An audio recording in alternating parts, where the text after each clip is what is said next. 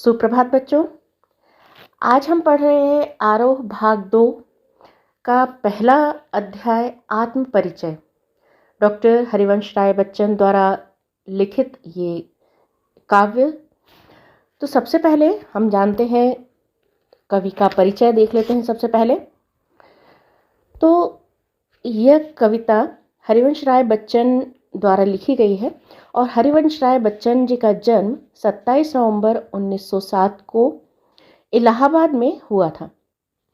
सन 1942 से 1952 तक ये इलाहाबाद विश्वविद्यालय के प्राध्यापक रहे। इसके बाद आकाशवाणी के साहित्यिक कार्यक्रमों से संबद्ध रहे। फिर विदेश मंत्रालय में हिंदी विशेषज्ञ के रूप में कार्यरत रहे। उनकी कुछ प्रमुख रचनाएं हैं जो हम देख लेते हैं। इनकी काव्य संग्रह है मधुशाला, जो कि उन्होंने 1935 में लिखी, मधुबाला 1938, मधु कलश 1938, निशा निमंत्रण, एकांत संगीत, आकुल अंतर, मिलन यामिनी, सतरंगिणी, आरती और अंगारे, नए पुराने झरोखे, टूटी फूटी कड़ियाँ, ये काव्य संग्रह थे। उसके बाद उन्होंने लिखा आत्मकथा, क्या भूलूं क्या याद करूं, नीड़ का निर्माण, फिर बसेरे से दूर, दश द्वार से सोपान तक। अनुवाद किया उन्होंने हैमलेट का, जनगीता और मैकबेथ का। डायरी लिखी, प्रवासी की डायरी, और उसके बाद उनका निधन हुआ वर्ष 2003 में मुंबई में। अब हम पाठ की रूपरेखा देख लेते हैं कि क्यों उन्होंने लिखा, उनका क्या भाव है इस कविता में। तो आत्मपरिचय नामक कविता में कवि हरिवंश राय बच्चन ने यह स्पष्ट करना चाहा है कि स्वयं को जानना दुनिया को जानने से अधिक कठिन है। समाज में रहते हुए विभिन्न खट्टे मीठे अनुभवों से गुजरता मनुष्य अपने परिवेश से पूरी तरह निरपेक्ष नहीं रह सकता। निरपेक्ष रहना मतलब थोड़ा अलग नहीं रह सकते। वह समाज से कटकर नहीं रह सकता। वस्तुतः समाज से ही व्यक्ति की पहचान संभव है। अब ये जो काव्य उन्होंने लिखा, कविता लिखी, उसका संदर्भ देखते हैं कि संदर्भ हम किस प्रकार से लिखेंगे। काव्यांश तो हम देखेंगे ही, 5 काव्यांश हैं। तो अगर हमें लिखना होगा इसका संदर्भ तो कैसे लिखेंगे कि प्रस्तुत काव्यांश हमारी पाठ्य पुस्तक आरोह भाग 2 की आत्म परिचय शीर्षक कविता से उद्धृत है या ली गई है। इसके रचयिता छायावादोत्तर काल के या छायावादी काल के प्रतिनिधि कवि डॉक्टर हरिवंश राय बच्चन ने लिखी है। ठीक है। इसके बाद काव्यांश 1 देखते हैं, पहला पद देखते हैं। काव्यांश मतलब एक पद, काव्य का एक अंश। मैं जग जीवन का भार लिए फिरता हूँ, फिर भी जीवन में प्यार लिए फिरता हूँ। कर दिया किसी ने झंकृत जिनको छूकर, मैं सांसों के 2 तार लिए फिरता हूँ। मैं स्नेह सुरा का पान किया करता हूँ। मैं कभी न जग का ध्यान किया करता हूँ। जग पूछ रहा उनको जो जग की गाते, मैं अपने मन का गान किया करता हूँ। अब इस काव्यांश के जो कुछ कठिन शब्द हैं उनके अर्थ देख लेते हैं। जैसे जग, जीवन का अर्थ क्या होगा? सांसारिकता या दुनियादारी। झंकृत, झंकृत का अर्थ होगा तारों के बजने से जो स्वर निकलते हैं, झनका जिसे कहते हैं, वो। स्नेह मतलब प्रेम, सुरा मतलब शराब, पान करना यानी पीना, ध्यान करना मतलब चिंता या परवाह करना, गाते यानी प्रशंसा या स्तुति करते हुए। संदर्भ हम पहले ही देख चुके हैं। अब हम इसका प्रसंग देखते हैं कि प्रसंग क्या होगा। इन काव्य पंक्तियों में कवि अपने व्यक्तित्व की अंतर्निहित विशेषताओं को उद्घाटित करते हैं। व्याख्या किस तरह से लिखेंगे कि कवि कहते हैं कि मैं संसार भर के दबावों को, सांसारिक भार को लिए फिरता हूँ। अर्थात मेरे ऊपर पूरी दुनिया की बंदिशें हैं, यानी सामाजिक बंदिशें हैं, फिर भी मैं उन सबको स्नेह देता हूँ, सब में प्रेम बांटता हूँ। कवि के कहने का यहाँ पर तात्पर्य यह है कि उसका जीवन प्रेम की ऊर्जा से संचालित है। कवि आगे कहते हैं कि मैं सांसों के तार लगे हृदय रूपी वाद्य को लिए हुए हूँ, जिसे किसी ने छूकर झंकृत कर दिया या कंपित कर दिया है।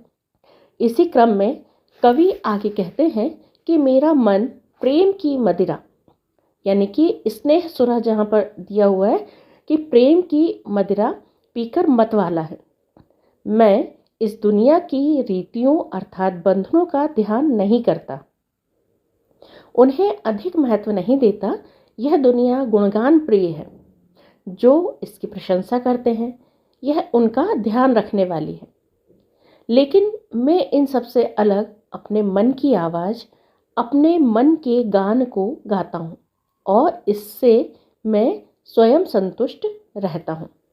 ठीक है, अब हम इस काव्यांश में क्या सौंदर्य है काव्य का वो देखते हैं। तो भाषा साहित्यिक खड़ी बोली है, आत्मकथात्मक शैली में संवेदन सिक्त यह गेय काव्य रचना अत्यंत मुखर है। गेय मतलब जो गाने योग्य है। मुक्त छंद का प्रयोग हुआ है, जिसमें लयबद्धता का गुण विद्यमान है। जग जीवन और स्नेह सुरा में अनुप्रास अलंकार तथा लिए फिरता हूँ पद में पद के एक से अधिक बार प्रयोग होने के कारण पुनरुक्ति प्रकाश अलंकार का प्रयोग दर्शनीय है। ठीक है, अब इसके बाद हम आते हैं काव्यांश 2 पर। मैं निज उर के उद्गार लिए फिरता हूँ, मैं निज उर के उपहार लिए फिरता हूँ। है यह अपूर्ण संसार न मुझको भाता, मैं स्वप्नों का संसार लिए फिरता हूँ। मैं जला हृदय में अग्नि दाह करता हूँ, सुख दुख दोनों में मग्न रहा करता हूँ। जग भव सागर तरने को नाव बनाए, मैं भव मौजों पर मस्त बहा करता हूँ। अब ये काव्यांश है। अब इस काव्यांश के सबसे पहले हम शब्दार्थ देख लेते हैं, जो कुछ कठिन से शब्द है। निज मतलब अपना, उर मतलब हृदय, उद्गार मतलब भाव, भाता मतलब अच्छा लगना, दहा मतलब जला, भव सागर यानी संसार रूपी सागर, भव संसार कहलाता है, मौज मतलब लहर।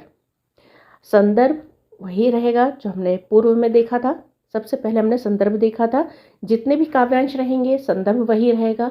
संदर्भ मतलब जहाँ से हमने लिया है, तो इस पाठ का जो आत्म परिचय से हमने लिया वही संदर्भ रहेगा। प्रसंग बदलेंगे, है ना। तो यहाँ पर प्रसंग क्या होगा, यहाँ कवि अपने उद्गारों सपनों को उजागर कर अपनी मौज में सबको शामिल करना चाहते हैं। ठीक है, अब इसकी हम व्याख्या देख लेते हैं कि यहाँ पर कवि क्या कहना चाहते हैं। तो कवि कहते हैं कि वह अपने हृदय के उद्गार यानी हृदय की वाणी को अभिव्यक्त करना चाहते हैं। वह हृदय के स्नेह रूपी उपहार को इस संसार को देना चाहते हैं। यह संसार कवि को अपूर्ण लगता है। संसार की अपूर्णता से आशय उनका क्या है कि संसार में प्रेम का अभाव होने से है। कहने का तात्पर्य यह है कि संसार में प्रेम पाने की आशाएं और इच्छाएं हैं जो पूरी नहीं हो पाती और मनुष्य इनमें उलझकर रह जाता है। इसी कारण कवि कहते हैं कि वह अपने हृदय में प्रेम की एक आग जलाए रहता है और निरंतर खुद ही उस आग में जला करता है। वह सुख और दुख में एक समान रहा करता है। अर्थात कवि का जीवन सांसारिक अपूर्णता के बीच तटस्थ कर्मयोगी की भांति है। वे कहते हैं कि मैं इस संसार रूपी सागर को पार करने के लिए अपनी जीवन रूपी नौका को इस संसार सागर की लहरों पर अकुंठ भाव से तैराता और बहाता रहता हूँ। मैं दुनिया के अन्य लोगों की भांति साधन की अपेक्षा नहीं करता। तात्पर्य यह है कि कवि संसार में रहकर भी अपना एक पृथक अस्तित्व बनाए रखते हैं। हृदय की अग्नि में जलते रहने का अर्थ यहाँ पर वही है जो कबीर के यहाँ विरह जलाई मैं जलूं मैं है। अब इस काव्यांश में जो काव्य का सौंदर्य है वो क्या है उसके बारे में हम बात करते हैं कि इस काव्य की भाषा भावों के अनुरूप सहज, सरल एवं प्रवाहमयी है।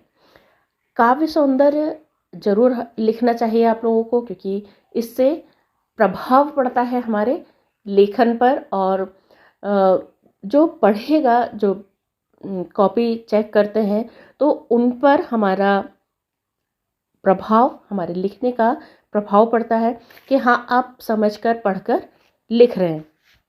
तो सबसे पहला क्या होगा, क्या कहेंगे कि भाषा भावों के अनुरूप सहज, सरल एवं प्रवाहमयी है। भव सागर, भव मौजों तथा अग्नि में रूपक अलंकार का प्रयोग किया गया है। अभिव्यक्ति की सरलता से कविता की प्रभावोत्पादकता में वृद्धि हो गई है। ठीक है, अब आएंगे हम काव्यांश 3 पर। मैं यौवन का उन्माद लिए फिरता हूँ, उन्मादों में अवसाद लिए फिरता हूँ, जो मुझको बाहर हंसा रुलाती भीतर, मैं हाय किसी की याद लिए फिरता हूँ। कर यत्न मिटे सब, सत्य किसी ने जाना, नादान वही है हाय जहाँ पर दाना। फिर मूढ़ न क्या जग जो इस पर भी सीखे, मैं सीख रहा हूँ सीखा ज्ञान भुलाना। ठीक, अब इसके हम शब्दार्थ देखते हैं।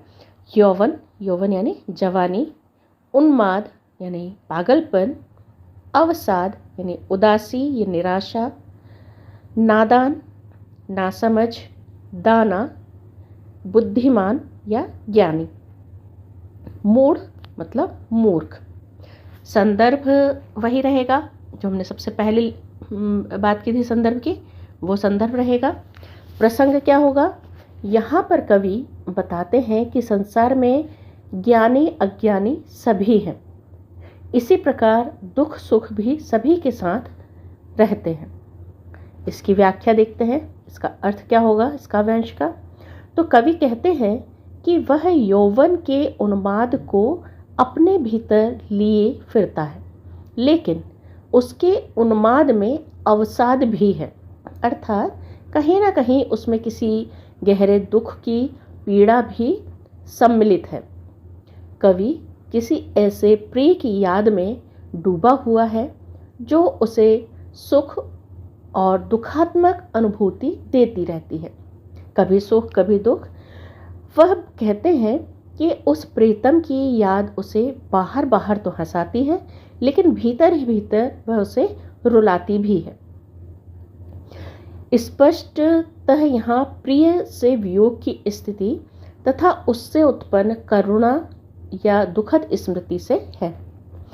कवि आगे कहते हैं कि सभी अपने अपने ढंग से यत्न करके हार गए, परंतु इस सत्य को किसी ने नहीं समझा कि जहाँ दाना है यानी कि जहाँ पर बुद्धिमान है वहीं नादान होते हैं, अर्थात जहाँ बुद्धिमान या अक्लमंद लोग होते हैं वहीं नासमझ लोग भी होते हैं।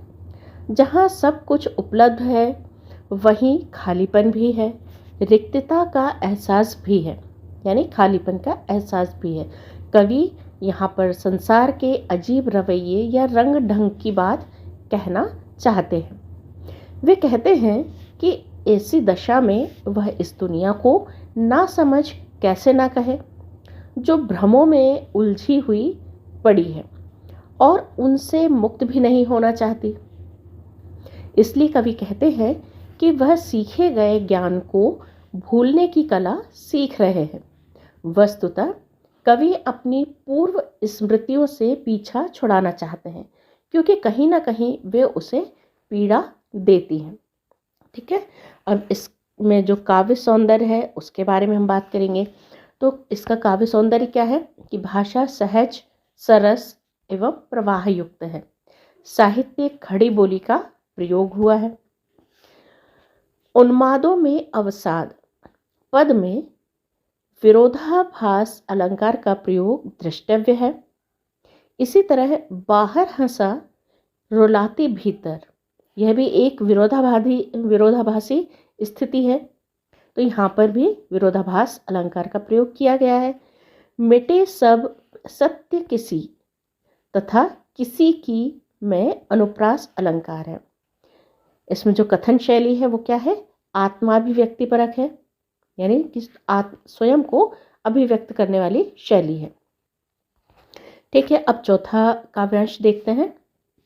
मैं और जग और, मैं और जग और कहाँ का नाता, मैं बना कितने जग रोज मिटाता, जग जिस पृथ्वी पर जोड़ा करता वैभव, मैं प्रति पग से उस पृथ्वी को ठुकराता, मैं निज रोदन में राग लिए फिरता हूँ, शीतल वाणी में आग लिए फिरता हूँ, हो जिस पर भूपों के प्रासाद निछावर, मैं वह खंडहर का भाग लिए फिरता हूँ। अब इसके शब्दार्थ देख लेते हैं। जग यानी कि संसार, नाता यानी संबंध, वैभव यानी कि सुख और समृद्धि, पग मतलब कदम, रोदन मतलब रोना, राग मतलब प्रेम, आग मतलब आवेश, भूप मतलब राजा, प्रासाद मतलब महल, निछावर मतलब न्योछावर या त्याग। संदर्भ वही रहेगा। प्रसंग देखते हैं। प्रसंग क्या होगा कि सांसारिक लोगों से इतर भावनामय कवि, इतर मतलब अलग, अपनी रचनात्मकता से एक भिन्न दुनिया का निर्माण करना चाहता है। अब इसकी व्याख्या अर्थ देखते हैं। कविता के इस अंश के माध्यम से कवि यह बताना चाहते हैं कि संसार से उसका संबंध चिरस्थायी नहीं है, क्योंकि उसका अपना अस्तित्व संसार के अस्तित्व की तुलना में भिन्न है। इसलिए वे कहते हैं कि मैं अपने भीतर कितने ही संसार रोज बनाता और मिटाता रहता हूँ। वे भौतिक वैभव एवं समृद्धि को ठुकराने की बात करते हैं और कहते हैं कि दुनिया जिस धरती पर वैभवशीलता को प्राप्त करने के स्वप्न संजोती रहती है, मैं उस धरती को, उसके वैभव को ठुकराता चलता हूँ। अर्थात कवि भौतिक वैभव को तुच्छ समझते हैं।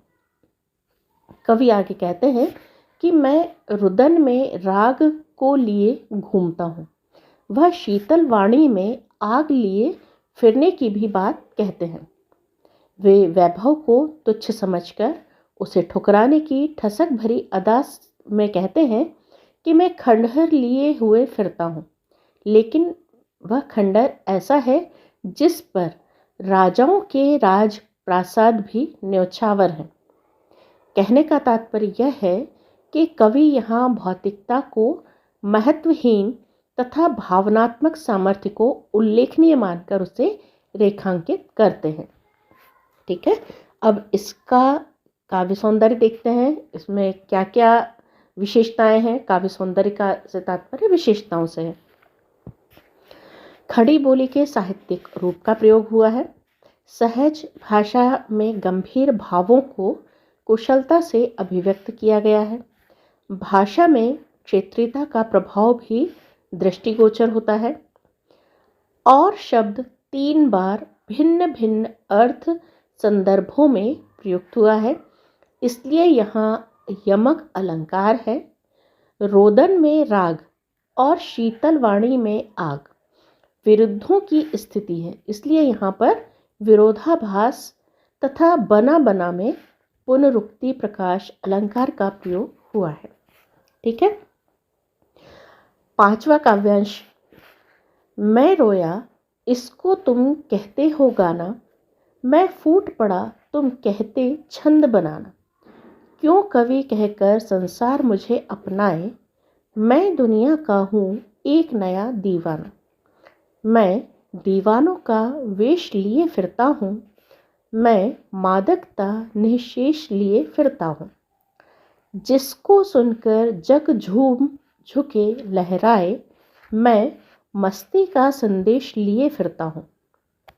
अब यहाँ पर इसका शब्दार्थ देखते हैं। फूट पड़ा यानी कि बहुत आवेग से रोना, बहुत तेज रोना। दीवाना यानी पागल, मस्त। मादकता यानी कि मस्ती, नशा। निःशेष यानी कि संपूर्ण, जो शेष ना हो। संदर्भ वही रहेगा। प्रसंग यहाँ पर क्या होगा? यहाँ कवि के अंतर में निहित क्रंदन एवं दीवानगी एक नए विश्व या समाज के सृजन हेतु है। उसका हृदय प्रेम की मस्ती से सराबोर होकर एक नए समाज को बनाने का स्वप्न देखता है। इसकी व्याख्या देखते हैं, क्या व्याख्या होगी, अर्थ देखते हैं। कविता के इस अंश में अपने रचना कर्म को व्याख्यायित करते हुए बच्चन जी कहते हैं कि वस्तुतः लोग जिसे मेरा गान समझते हैं वह मेरा रुदन है। आत्मा का अंतर्नाद ही वास्तव में कविता का छंद बनकर फूट पड़ा है। कवि कहते हैं कि संसार मुझे कवि के रूप में जाने या अपनाए, मैं इसकी अपेक्षा नहीं करता, क्योंकि वस्तुतः मैं इस दुनिया का एक नया दीवाना हूँ। अपने दीवानेपन को स्पष्ट करते हुए कवि कहते हैं कि मैं दीवानों का वेश लिए फिरता हूँ, इधर उधर घूम रहा हूँ।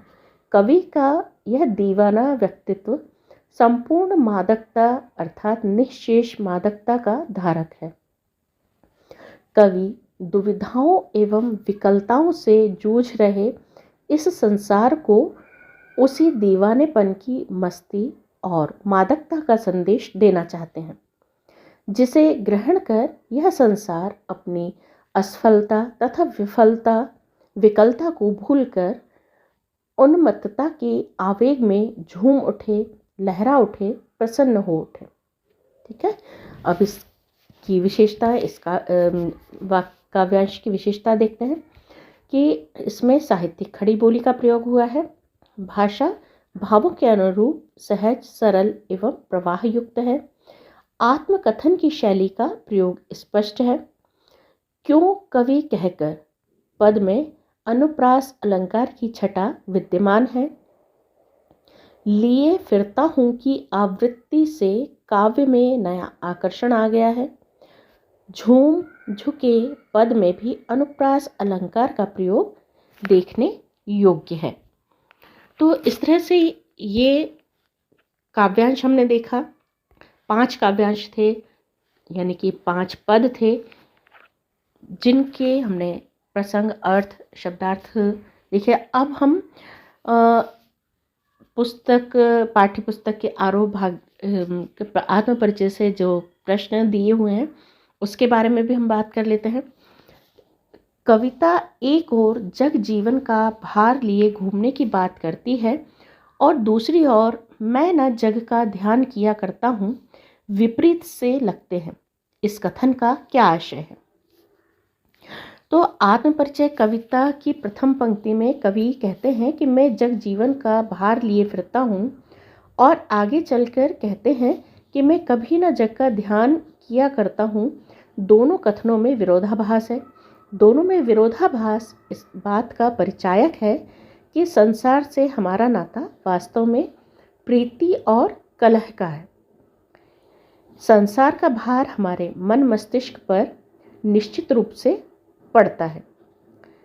दुनिया अपने व्यंग बाणों और अपने तौर तरीकों तथा शासन प्रशासन से चाहे जितना कष्ट दे, किंतु इस दुनिया से जुड़े रहना मनुष्य की मजबूरी है। अपने समाज से पूरी तरह कटकर मनुष्य रह नहीं सकता, क्योंकि हमारा उत्स और हमारी अस्मिता हमारा सब कुछ है।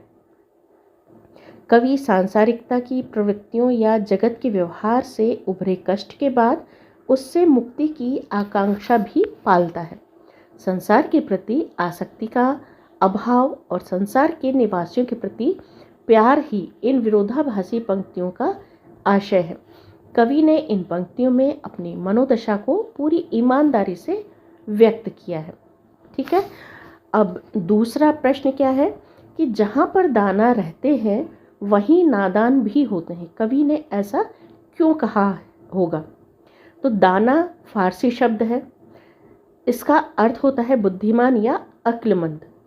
यहाँ इसका आशय है जानकार लोग, अर्थात सब कुछ जानने वाले और समझने वाले लोग। कवि कहते हैं कि संसार में दोनों तरह के लोग रहते हैं, ज्ञानी और अज्ञानी। सबका अपना अपना चिंतन होता है। सापेक्ष अवस्था में ही ज्ञानी व अज्ञानी का निर्धारण होता है। निरपेक्ष रूप से ना कोई ज्ञानी है और ना कोई अज्ञानी। ज्ञानी के पास भी अज्ञान है, अतः वह सदैव ज्ञान की खोज में प्रयत्नशील रहता है। दूसरे अज्ञानी के पास भी अनेक क्षेत्रों की ज्ञान राशि रहती है। ज्ञानी तथा अज्ञानी दोनों ही बस्ती अलग अलग नहीं होती, दोनों एक ही समाज के अंग होते हैं।